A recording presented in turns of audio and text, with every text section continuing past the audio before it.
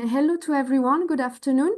My name is Anaïs and I am the FarmD Community of Practice Analyst.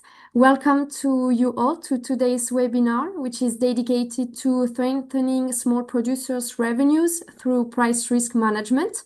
This webinar is co-organized and promoted by IFAD's Private Sector Operation Division, PSD, and the Malawi Country Office, and also the CACHET implementation team, along with FarmD, which is hosted by the Platform for Agricultural Risk Management. As usual, I inform you that this session is recorded and will be then available on replay and shared on our website and also social media. And I just inform you as well that we will have a session for questions and answers towards the end of the event, but you are more than welcome to add your questions all through the presentation using the chat box that you will find on the bottom of your screen. And now, without further ado, I will leave the floor to Mr. Klaus Pfeiffer, the lead investment officer for PSD. Over to you, Klaus. Yeah, good morning and good afternoon, everyone, and welcome. Thank you for joining today's webinar on CACHET Phase III, strengthening small producers' revenues and key stakeholders' capacity in Malawi. I'm speaking on behalf of IFAD's Private Sector Operation Division, as you just heard. We're very pleased to co-host this session together with PARM, the Platform for Agricultural Risk Management, and in close collaboration with our IFAD Country Office in Malawi, as well as our implementation partner, Agroclick. Let me start by acknowledging our speakers and partners for today. It's Nadine Umunyama. It's a Senior Investment Officer here at PSD, at IFAD. Hugo Vilelia Rodriguez, CEO of Agroclick. Jean-Marie Iraka-Baho, Agroclick Senior Consultant. Bernadette Mukonyora, IFAD Country Director in Malawi. Why you are here today? Because the reality of farmers, producers, organizations, and agri-enterprises in Malawi and across the region is that income risks are rising. So even when producers do everything right, they remain exposed to powerful forces, climate shocks, price volatility, and so on. These risks translate directly into unsustainable revenues, reduced ability to invest, and vulnerability for rural households and micro and small and medium enterprises. This is exactly the challenge that the Climate and Commodity Hedging to Enable Transformation, in short CACHET, initiative was designed to address. This initiative is a technical assistance program funded by the Adaptation for Smallholder Agriculture Program, Phase II, ASAP 2 called, that supports small producers and agri-actors to build practical capabilities in price risk management and to access tools that help to protect the revenues. The program has evolved through phases. Phase 1 was piloted, the approach with maize farmers in Senegal, cocoa farmers in Nigeria, and Phase 2 expanded learning with coffee cooperatives in Honduras and Rwanda, with strong emphasis on building the price risk management competencies and also strengthening the governance. Of course, also improving the market engagement. This experience highlighted that the price risk management is not a one-off training topic. It requires practical tools, it requires coaching, and a pathway to sustainability over time. Now, this third phase brought its approach to Malawi. So from March 2025 to November 2025 this year, the program delivered price risk management training and support to a set of key actors in the country: farmers, cooperatives with an IFAD sovereign program target group, small and medium-sized enterprises, financial institutions, including the NBS Bank, and alongside some agri-processors and the relevant IFAD project teams. Today's webinar has three main objectives. First, to inform our IFAD staff and partners about what Phase 3 delivered in the past in Malawi, to share the approach that has been used, including how the program adapted to local context, and of course, discussions on outcomes, challenges, lessons learned, to also guide to or replication in future design. We'll keep this session interactive, and we strongly encourage also questions during the Q&A. Our hope is that today's discussion will help IFAD teams and partners think concretely about how capacity and tools can be integrated into operations, both sovereign and non-sovereign operations, so that farmers and rural enterprises can plan, invest, and grow with much greater confidence. With that, thank you again for joining. I now hand over to the moderator, Anis Petitjean from PARM. Thank you. Thank you very much, Klaus, for this introduction. So now I guess we will jump into the main presentation, which is of our interest. And I will pass it over to Hugo Villela from Agroclick, who will take us through the theory of changes and approach used for the PRM, so Price Risk Management Program. Over to you, Hugo. Thank you, Anais. Are you going to manage the presentation? Are you ready? Yes. Okay, thank you.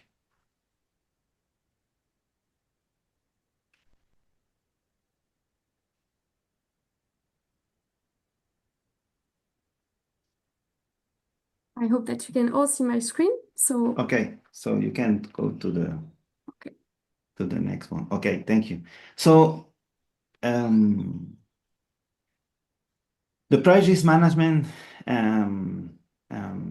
theory of change, we start from a theory of change for this project, and the theory of change is about the small farmers are exposed to price volatility and due to climate change, and also to the other events impacting the volatility in the price markets, and that is generating poor regular incomes, is generating a bad resilience on producers regarding the climate change, regarding the rainy seasons, the drought, and they are losing resilience to face these kind of challenges, and that's also mean they need to have a wider understand of how are the tools they can implement to reduce this exposure to price volatility, and improve also the governance of their businesses and organizations. In a way or in another, they will have to ensure food security and rootedness of the people in their localities, and also economic development. So that's where we are starting, and if you want, you can go to the next slide, please. So we have some components to be developed. We have these components, the inputs to be developed by the project, and it was one of the steps was digitalization and adapt systems to being implemented by farmers in the field. The other one was a sector and local market analysis regarding particularly in this project for tea and macadamia, and then we moved to the training and price risk management advisory. We look at also at the hedging strategies and accountability reporting of the advances of the project, and we are actually in this part of which is the IFAD awareness and integration of the outcomes of this project. And so I want to highlight here in the bottom of the presentation, we have the IFAD CACHET 3, this kind of key, open key, looking to up. And it's important to know CACHET 3 is addressing this aspect, yes, but for the long run and in impact, it is necessary, and it should be part of IFAD impact investors, technical cooperation, DFIs, and governments to reach a medium-term change. And for the long-term change, we also need the involvement of the government, private sectors, and impact investors to look at this change being done. So these are the theoretical inputs, actions, and plans we draw in the very early beginning, and then we are going to look at the next slide at the outcomes we get from that. The approach used for the price risk management program, it was it was a combination of selected participants, initially producers, and that's the one of the main focus, financial institutions, small and medium enterprises, and business development outreach program like FarmZep partners, trade, and SAP2. And so it's a focus also on generate training the trainers' capacity among the participants of the training. The training also has worked on the development of quantitative tools during the training sessions, qualitative tools, and discussion on governance roles, responsibilities, and interactive methods. We try to don't be a lecturer providing the theory about the different aspects to an audience which is knowledgeable about the local reality, is also knowledgeable about the challenge they are facing. So we try to use this knowledge in the construction of the low knowledge together on the interpretation and assessment of this knowledge. And so we build the different supply chains we were addressing, and we also going through the where is the price being defined. Yes, in some cases we have the maize, soya, urea, which is an input important for agriculture, being traded in the stock exchange, and how this trading in the stock exchange is impacting the reality locally, and also because there are many also branches. You have the international market, but also you can have the intervention of a policy to protect food security, which can impact the local markets, can in a way or in another disrupt the market behavior, and how to deal with this kind of situations. The next slide, please. So the project have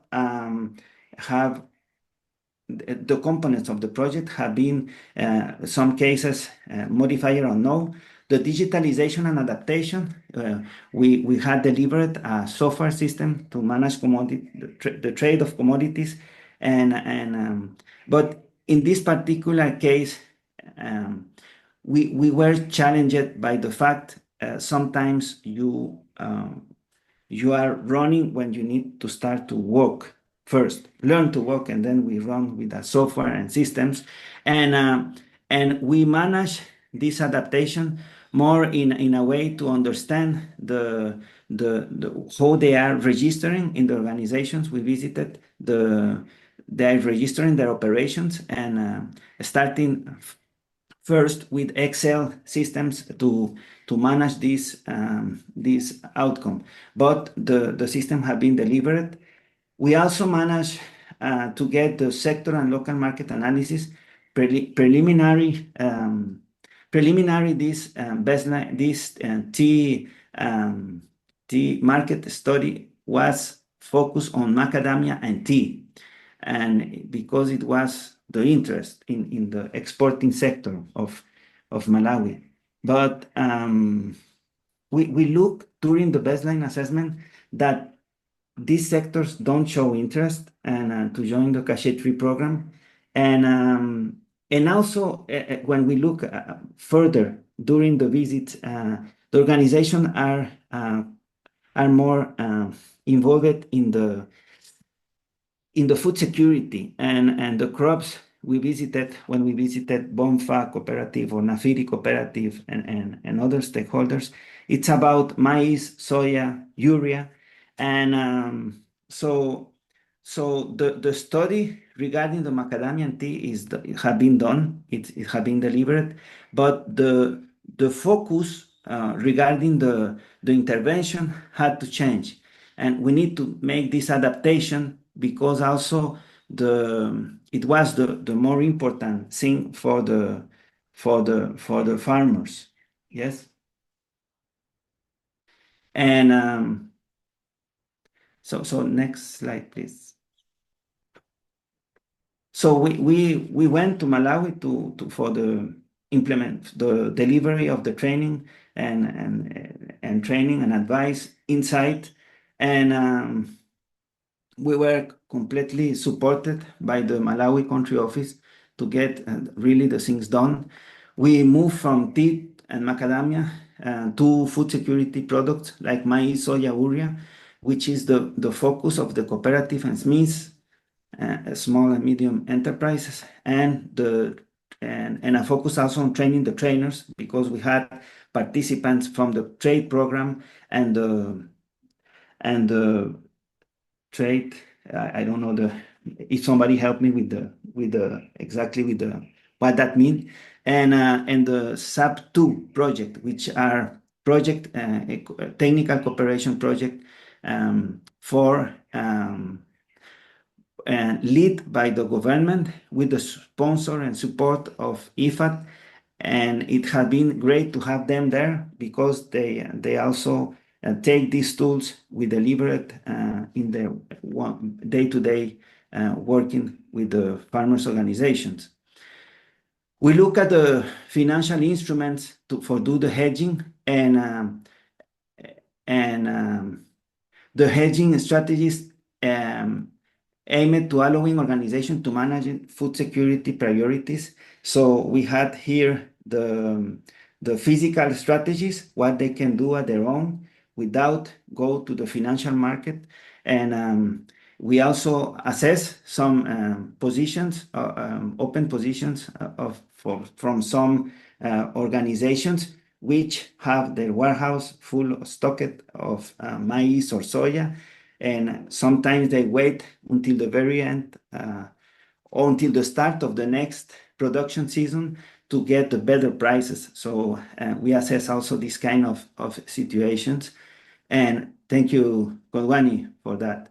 And we're moving from export orientation vision and food security prioritizations. And so why? Because the initial focus of the project was address the export orientation vision with tea and macadamia. Tea and macadamia are cash crops, and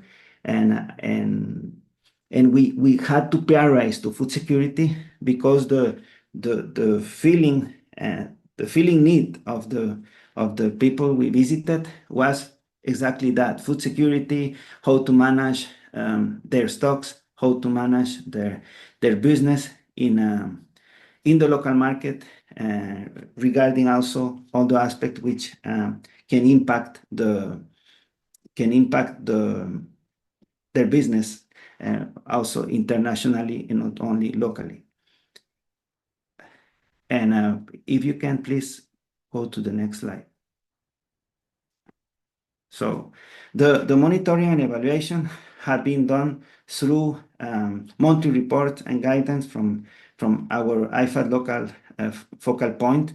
We have here regular meetings with Nadine and Pierre, which are here in the webinar, and we went through the different steps and decisions to adapt the deliveries, and we also coordinate with IFAD local team, particularly with Kodwani. Okay, here we are regarding the IFAD awareness and integration. That is in progress, and we still don't have adaptations here. So next one, please. The CACHET training, there are two main things that I think I took from there that will really help our organization and our business. The first, viewing things not just from a local lens, but internationally. Most of the times we feel that, for example, prices of soya, prices of other inputs and commodities are only affected by local factors. But during the training, it was clarified to us that actually prices are affected by international factors as well. And when we are looking at prices or making decisions, we should not just look locally, we should also look at what is happening on the international market that is affecting prices. The second thing, actually, that has also really helped is that it is very important when you're making decisions in your business not to make the decisions emotionally. When the market is at a high, everybody is excited, they are selling, making decisions, and then as the market dips down, you go to, questioning your decisions, desperation, and then whatnot. But what it shows is that always when there's a high, you expect a slump. When there's a slump, you expect another high. So when you're making your decisions as a business, you have to be analytical of what is happening in the market and not just use emotions to make your decision, because emotional decisions usually at the end affect your business negatively. But if you base your decision on facts, on what is actually happening on the ground, most of the times it turns out well for the business. So those are the two main things that I took away from that training. What I liked most about the training was that it was interactive. It was not just the facilitators standing in front and dictating to us what to do, but it was participatory. Everybody participated. The facilitators participated, the participants participated. It was engaging, everybody was involved. That is what I liked the most. It was almost like hands-on learning, and I feel that that's the best method to learn. What I disliked, it goes back again to the time. We just needed more time to be able to go into the concepts more in depth, look more practical applications of how, like, for example, your businesses like coffee, how they apply those skills, etc. I think we just needed more time. I hope you could see the video. Yes, we could. Thank you. Okay, thank you. And so we move forward with the presentation.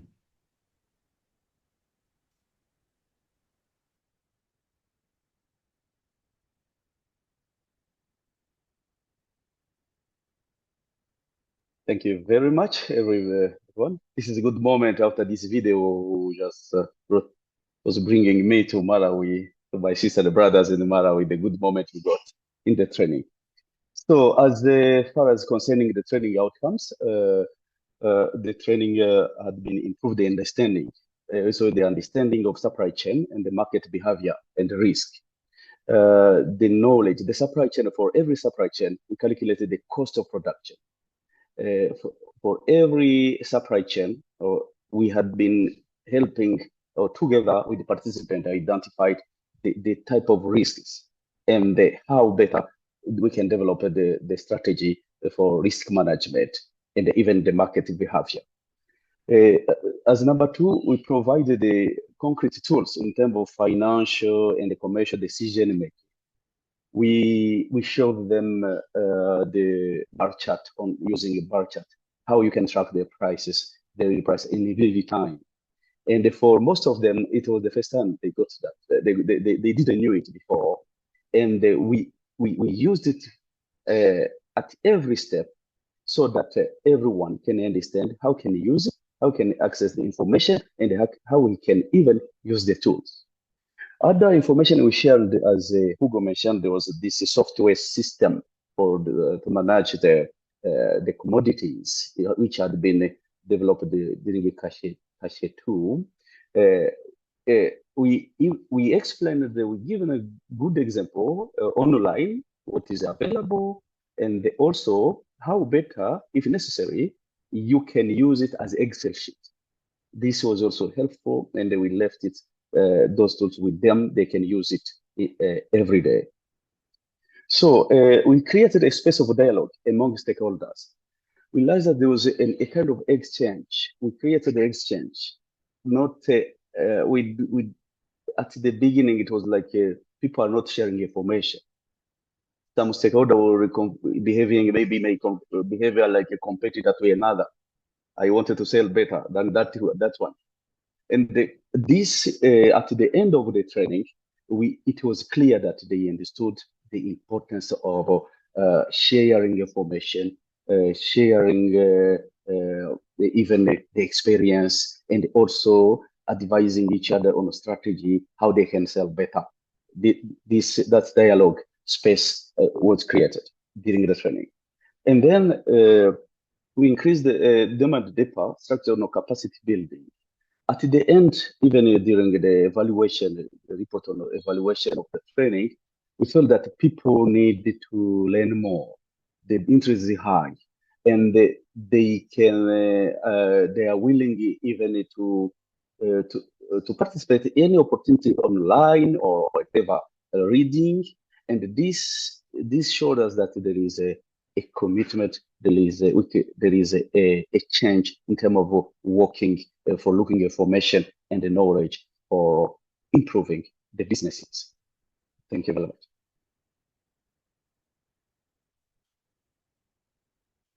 So this is about the training session, the mode of composition, the participant. As you can see, the female and male it was balanced. Of course, for SAP and trade, the male was more, 35, and the women 19. And then in terms of age, 19 was between 18 and 35. With the average of above 45 was above 35 is 35. It was more. We can say that the youth was represented, but of course the adult was more. We got more adults than youth. So and for the visit to the cooperative and the SMEs, small and the medium enterprises. We visited Bonfa, Nafili, Food Kings, and the MCM investment. So these some abbreviation are not coming quickly, but it was very good to be on the field to visit them. We managed to visit the cooperative and the SMEs on the field. Jean-Marie, I would like to point out here a particular topic, a situation. You can see here we have two training sessions. One is for financial institution, the other one is for SAP2 and trade.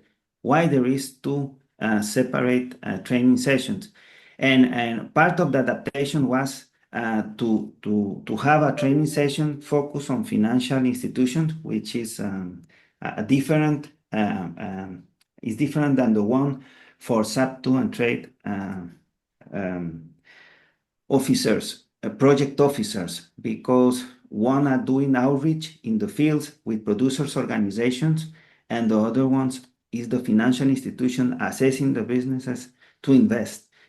From a risk perspective, the training have a different overview. Thank you very much, Hugo, for the addition. Next slide.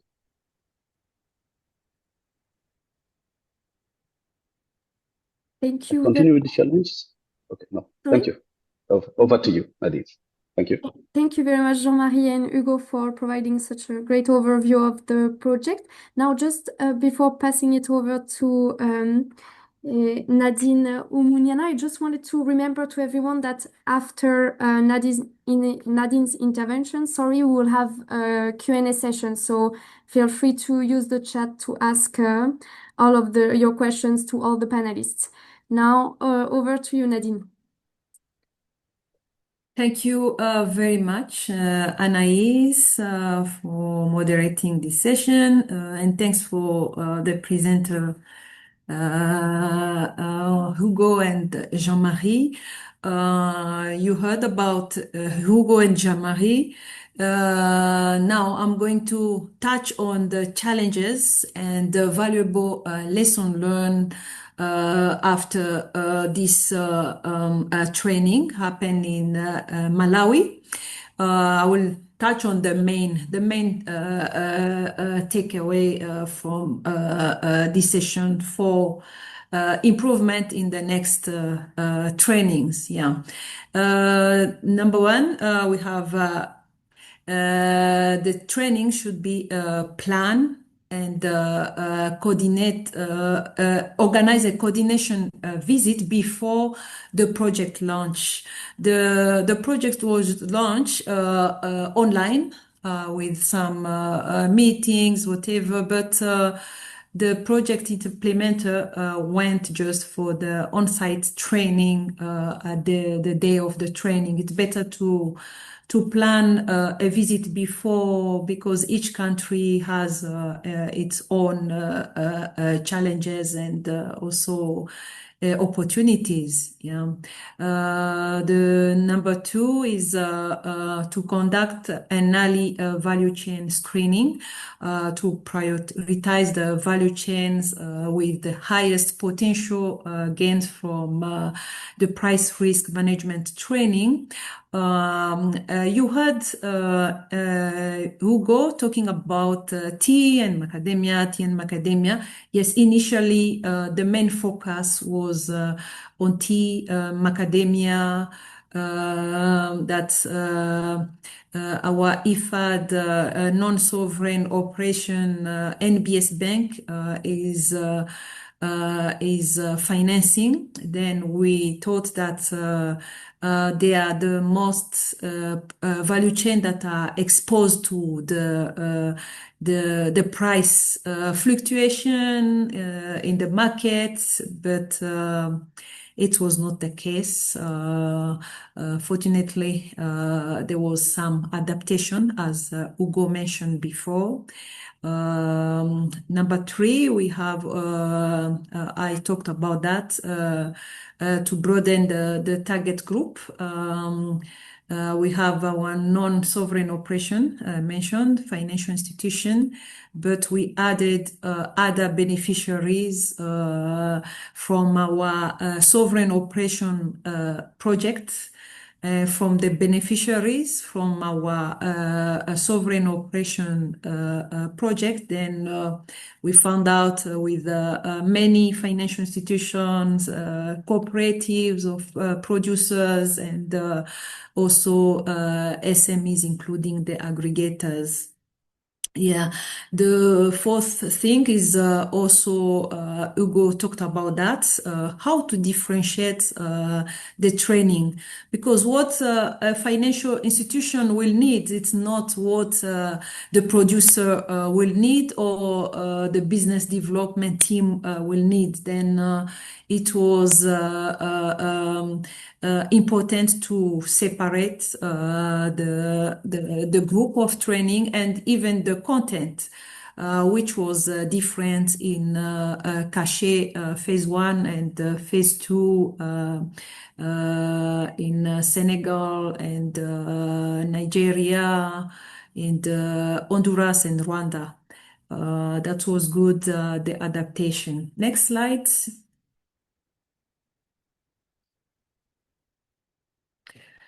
And the next one is the price risk management is not only in terms of financing. That mean some people thought that okay, it's too technical. It's only how to manage the stock and how to do the proper accounting. No, it is beyond. It is beyond.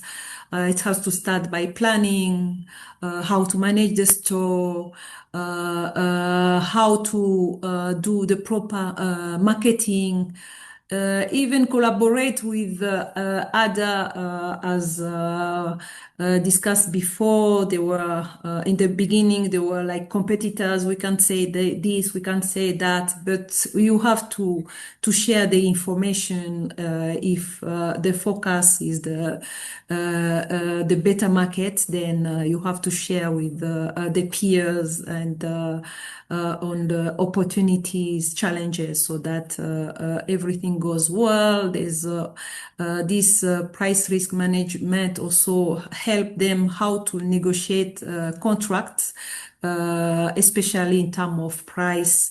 That's why the peer consultation is important in terms of knowing what is the current price, what is the beta price. Yeah. And then the next point is on also CACHET Phase III demonstrated how financial institutions and producers organization are linked. Yeah. Then there was opportunities from financial institution to be supporting the producers, and producers, vice versa, producers to be interested in a product that the financial institution are providing for them. That's the match making. It was good to see that linkage. And then the next point was the leverage of the local expertise that we notice from the country office IFAD team, and then the project management unit team for our sovereign operation team, that all of them worked together. And then that's improved the knowledge, the context knowledge, and the uptake of the participants. Yeah. Last and not least, that was also mentioned by the one of the participants in the video. The timing was not sufficient. Yes, this training. The trainers, put more time in terms of preparation, online meetings, but the on-site training is also important. Participants also mentioned that through the questionnaire that was shared, that they need more time for on-site training, or even online, but they needed more modules, a series of training in a long run. Yeah. Yes, I will stop by here. And now, Anais, if you allow, we can start the Q&A session. There's already one question that I saw about the tea and macadamia. There's that question where people are not understanding why the uptake of the tea and macadamia players was not as we wish, or we were all expecting. I will give the floor to Hugo, and then after that I can collect also the questions by raising the hand. Anais, I assume that people will raise the hand. Yeah. Okay, thank you, Nadine, for the question. And one of the challenges is really about when you speak about price risk management, you touch also in this particular case of tea and macadamia, these are business well structured, and for many years, for more than 100 years. So there are some small farmers players, but these small farmers players organizations are part of this well structured supply chain. So I think the tea and macadamia don't buck in my feeling, that's my opinion, don't buck the CACHET 3 intervention, because in one way or another there is a state of the situation. It is working, and it's about don't involve ourselves in discuss these things about cost, production, prices. Yeah, that's my opinion. Yeah.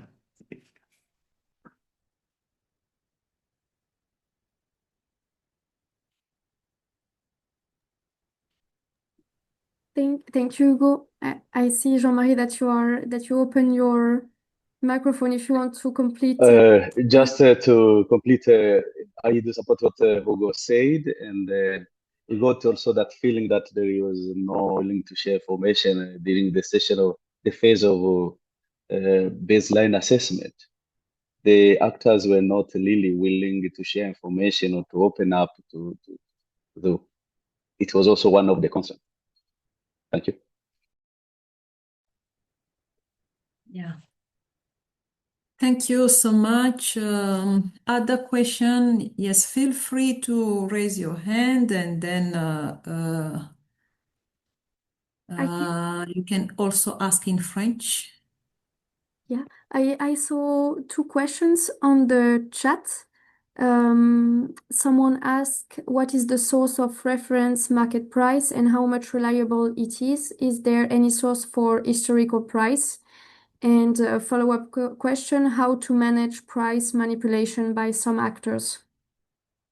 And the same person asked another question asking, is warehouse receipt finance available for farmers or traders? I don't know if Hugo or Jean-Marie, you want to take this question?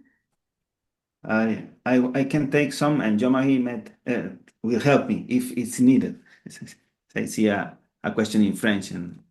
Okay, so yes, there is a reference market price, and these reference market price are for the case of maize, soya, urea, and these kind of products. They are traded in the stock exchange, and the market reference price can be the stock exchange to have at a global level a reference on what's happening in the international market, and that in a way or in another will impact the local market. But the local market has also other dynamics. Sometimes the government to improve food security make policies to ensure the population will not face a hunger situation, and that can also disrupt the behavior of the price internally in the local markets. So the local market can sometimes move in the same levels than the international market in the same with the same behavior, but sometimes when you take like decisions for food security, the local market behavior will be completely different, and it will have his own dynamic. Yes, and for example, it was explained to us, and we share that during the training. The price at the start of the production season, the price of the stocks, the people hold stocks to get a better price before the start of the next production season, because the price locally goes up.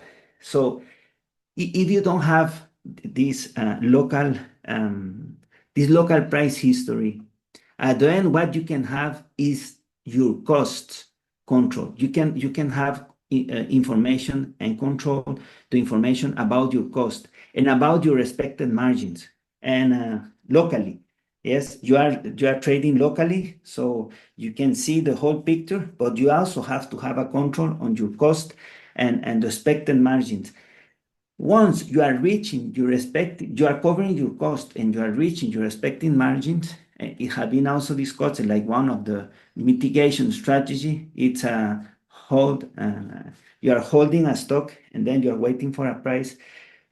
Once you reach this limit, the recommendation is to sell your product. Don't stand with a stock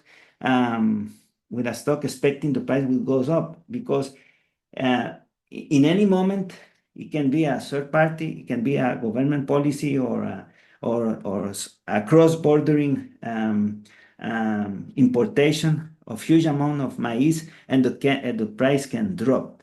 So locally also. So this is the kind of situation we could discuss and also assess during our visit. Regarding the other question,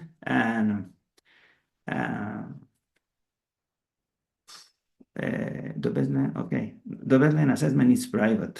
O sea, I know it had been, it's belong to the organizations, and it will be up on them to share the information. And regarding the warehouse receipts, yes, in Malawi, there is a warehouse receipt service. There is an organization which is providing this service, and we could state in some warehouse we visited these warehouse receipts with the sticker on the bags, and that's interesting because it's a way to provide finance to farmers organizations, farmers aggregators, to provide liquidity in times of lack of liquidity because they are waiting to sell at a better price. Yes. The other interesting thing is this organization, which is also providing the hedging, how they have this warehouse receipt over these stocks. They are also hedging these stocks to protect against price volatility. Il y a une question en français. Yes, yes, il y a une question en français. This question in French is asking about how the small producers which material they can use as small producers to value the production and also to mitigate the risk management. So maybe I can mention that the material or the source of information. Please, Jean-Marie, can you respond in French? En français? Oui. Merci beaucoup. Alors, pour les petits producteurs, afin de valoriser les productions et aussi prendre des mesures de diminuer les risques au niveau des prix, en fait, la première chose, je dis, c'est savoir le coût de production. Il faut d'abord quantifier les coûts de production. Et une fois que tu as quantifié le coût de production, il faut décider sur la marge de bénéficiaire. Et une fois là-bas, il faut savoir la source d'information. La source d'information est gratuite sur Barchat, c'est online. Tu peux accéder. On l'a montré comment chercher suivant le produit agricole. Tu as l'information. Alors, dès que tu as l'information, il est très important de savoir, de connaître l'historique du comportement des prix, de la commodité alimentaire. Et une fois que tu as ça, il est très important d'appliquer les stratégies. Comme Hugo venait de dire, en fait, tu peux produire et garder ton stock, beaucoup de volume en stock, espérant que le prix va augmenter. Donc, si tu fais ça et tu attends longtemps et tu as, par exemple, dans le stock plus de 60%, 75% de ta production annuelle, tu es en train de prendre beaucoup de risques parce qu'à n'importe quel moment, le prix peut chuter et tu peux avoir une grande perte. Alors, c'est pourquoi, parmi les mécanismes, comme Hugo disait, si tu connais ta marge bénéficiaire et que tu vois le comportement du prix et que vaut mieux vendre quand quand les conditions sont encore propices pour toi, et il faut vendre à temps. Donc, c'est ça que je peux dire pour le moment. Merci beaucoup. Merci, Jean-Marie. Marie, il y a une autre question. En tant que petit producteur agricole, comment pouvons-nous accéder au matériel approprié pour valoriser nos productions et réduire les risques agricoles? Hugo, tu peux peut-être donner. Ben, pour nous, les matériels, bon, c'est à IFAD de les distribuer, je crois. Mais on a aussi, et je crois que c'est bon à le faire savoir, On a aussi développé des matériels que je suis en train d'arranger pour que ça revienne online pour que du projet Caché 2. Et l'idée, c'est que ces matériels seront online et les personnes intéressées pourront repasser les concepts qu'on a parlé dans les différentes euh, sessions de training. Et ça l'idée, c'est d'avoir ce matériel online, mais aussi c'est à IFAD de faire l'autorisation de pouvoir disperser ces matériels parce que c'est institutionnel. Autre détail que je peux ajouter, Hugo, si vous me le permettez, c'est qu'en fait, à travers cette question, il est important de différencier le matériel de formation ou d'information et les outils de gestion. En fait, en ce qui concerne le matériel de formation, là, comme Hugo dit, Agroclick, nous allons rendre disponibles les informations, la source d'information, les documents, les documents de support et de présentation. Mais les outils de gestion, et comme on a montré à nos amis au Malawi, il y a même un outil Excel que tu peux utiliser. Mais il est très important, tu ne peux pas l'utiliser sans comprendre, sans avoir ta chaîne de valeur bien organisée et avoir une planification de production et avoir une très accurate, une très précise, une information très précise sur le coût de production. Et, et puis, autre outil, comme Hugo dit, c'est le système de gestion online, le software. Et ça aussi, ça pourrait être disponible. J'espère que ces éléments peuvent contribuer comme réponse à la question. Je vous remercie. Oui, merci beaucoup. J'aimerais que vous le répétez aussi en anglais, Hugo. Okay, I can do that. For all those who are not hearing this intervention, where they are asking about the learning materials and the tools that were shared with the participants. This will be shared in CACHET. We'll create a CACHET Phase III I don't know, folder or something in the website where you'll find all the materials that were used for the training. In addition to the dashboard or the tool that can help business people to put the information in the tool that will be put online so that you can use it. Of course, it will require a minimum of knowledge, but Hugo promised to provide a kind of version that is easy to use. Yeah. Before giving back the floor to Anaïs, I think we remain with 5 minutes. Please At the feel small part, Nadine, we added is that it is necessary that the stakeholders have a clear knowledge and a clear planning and the clear calculation on a cost of production along each value chain. This is very, very important. That is that at home. Thank you. That's more detailed. Thank you very much for the translation. Well done. Thank you, Jean-Marie. Very important. I hope this will be part of the material that we'll put in so that people will first learn how to calculate the price and before using the tool. Yes, thank you so much. I'll give the floor, but before that, for the question, please continue to put the question on the chat.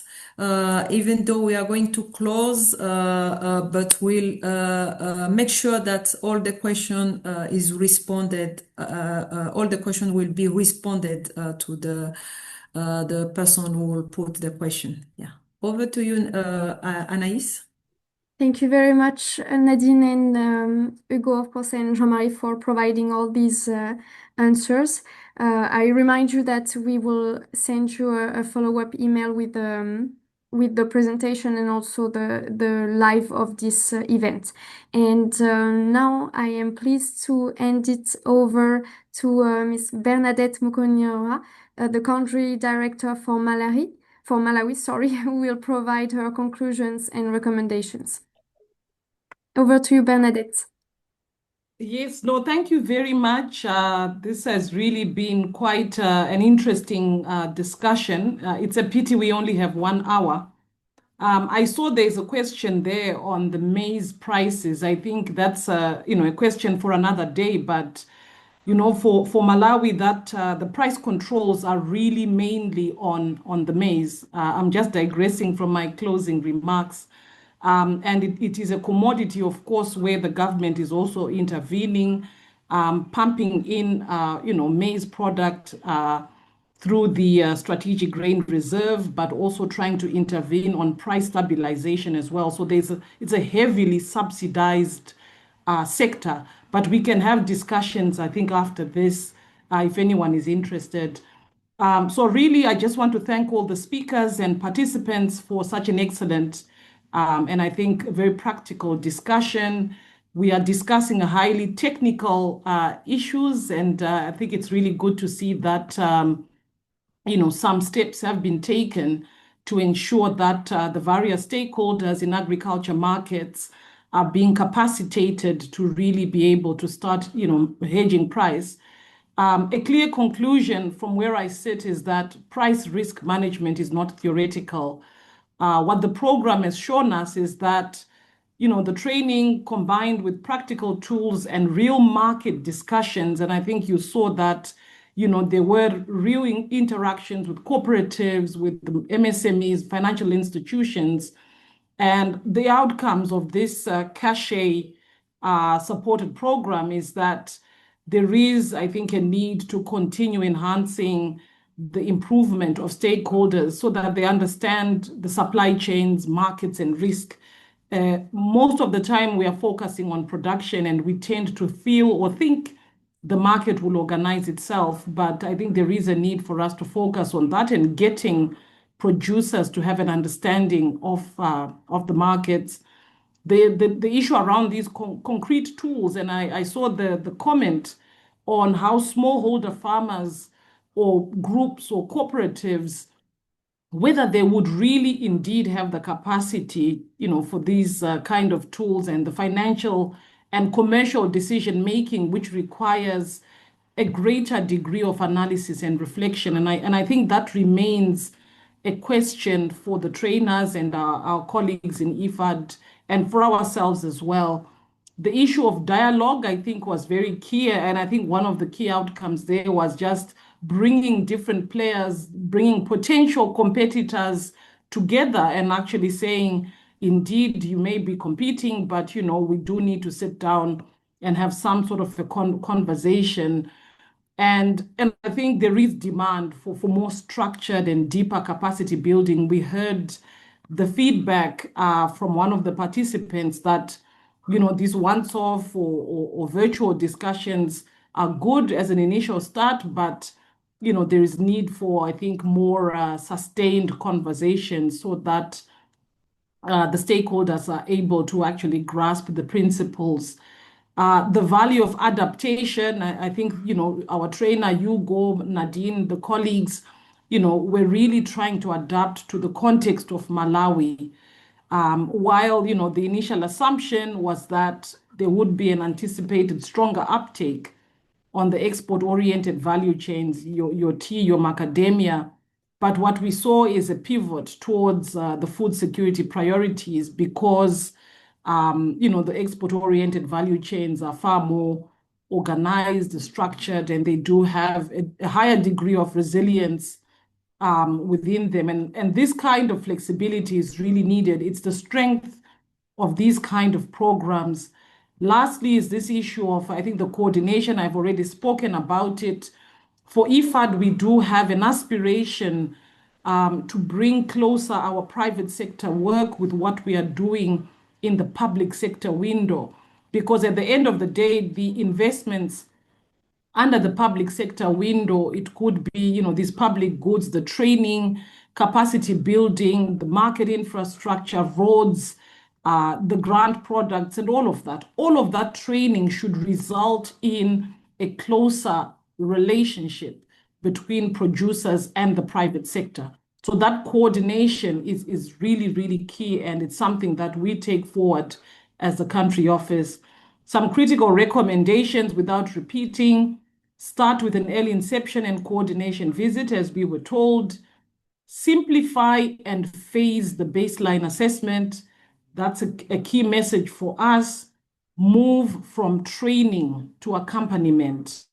Easy to speak to participants, but really getting their comprehension, their buy-in, their ownership, ensuring that price risk management competencies become an integral part of the continued coaching across at least one full market cycle would be key. So I think there is homework for myself as the country director to see how we can actually bring forth some of the elements from this training to become an integral part of our programming.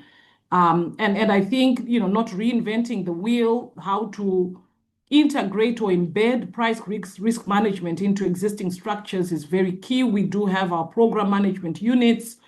There are corporate governance practices within that. We have financial institutions which already have their business processes. Rather than throwing away the baby with the bathwater, I think it's so important to find ways to tweak existing structures. The issue of intentionality on inclusion, the women and the youth, particularly the women, they are the backbone of the agriculture sector here in Malawi. Over 50% of the participation in the rural areas in farming, really driven by women. But they're not linked to leadership, to decision-making roles. And I think that's a piece that we continue to work on within the IFAD program. Now, just looking ahead, this CACHET Phase III, indeed, it has demonstrated that price risk management can be a systemic enabler of IFAD's development and agriculture transformation strategy in Malawi, where we are focused on supporting more resilient, inclusive and market-oriented rural economies. Now, allow me on behalf of IFAD, on behalf of the IFAD Malawi Country Office, to really thank the organizers, my colleagues from the private sector department who are here and who have really driven the process, my colleagues from the Platform for Agriculture Risk Management, Agroclick, NBS Bank, which was a key partner in this, the agri-processors, our teams from the program management units, SAP2, Trade, FAMSI, and especially the farmers themselves and the cooperatives and the MSMEs who participated. And allow me also to thank all of you for coming through. We've seen a lot of the questions. Some have been responded to, some not, but they're giving us food for thought in terms of how do we continue to reflect, how do we continue to improve. And we look forward to translating some of these lessons into stronger programming and partnerships. So I thank you so much, and I think we now close the webinar. Here in Malawi, we say Zikomo Kwambiri, which is thank you very much. Thank you. Zikomo. Como, Bernadette. And All thank right. you to all of you. Thank you. Bye-bye. Thank you.